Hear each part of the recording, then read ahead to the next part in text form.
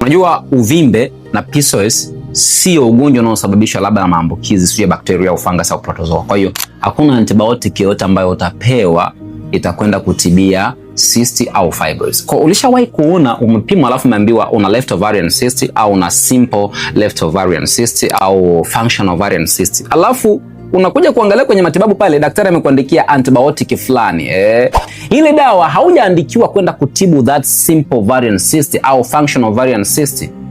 Hapana, hiyo dawa kuna indication nyingine ambayo ameiona, whether hajadiscuss na wewe, ameiprescribe ili kaende kuattack hiyo changamoto, but not that fibroids au hiyo shida nini ya ovarian cyst. Kwa hiyo shida ya ovarian cyst itabakia pale pale wakati dawa ulizopewa zinakwenda kutibu shida nyingine iliyoonekanika.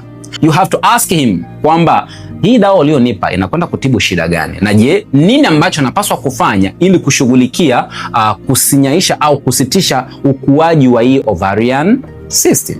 Lakini kama itakuwa ni kubwa, you have to ask him again kwamba je, kuna tiba yoyote ambayo inaweza kufanikisha huu uvimbe ukapona bila kufanyiwa upasuaji au kwa kutumia dawa, then una discuss naye kuangalia risk, kwa sababu uvimbe ukishafikia hatua kwa mfano let's say ni above 10 cm, let's say kwamba ni cyst, yani hiyo ni risky.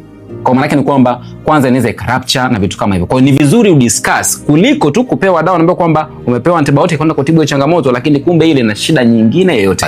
Kwa ni vizuri uongee na daktari wako, dawa ulionipa inahusika kwenye shida zote tulizoziona kwenye vipimo. If not, unaweza kuenda katika hatua nyingine au kujaribu kuangalia kwa namna nyingine na unaweza kufanyaje ukasaidika. Lakini pia nakukumbusha, Ramo na watoto tunatuzwa changamoto mbalimbali za masuala ya uzazi na tumewasaidia wanawake na wenza wengi kufanikiwa kubeba ujauzito katika umri ambao ni ndoto zao. Lakini kama una shida kama hizo, pia tunatoa matibabu na dawa zinatumwa sehemu mbalimbali. Nakukumbusha, mtoto ni mpango wa Mungu kwa maisha yanaendelea.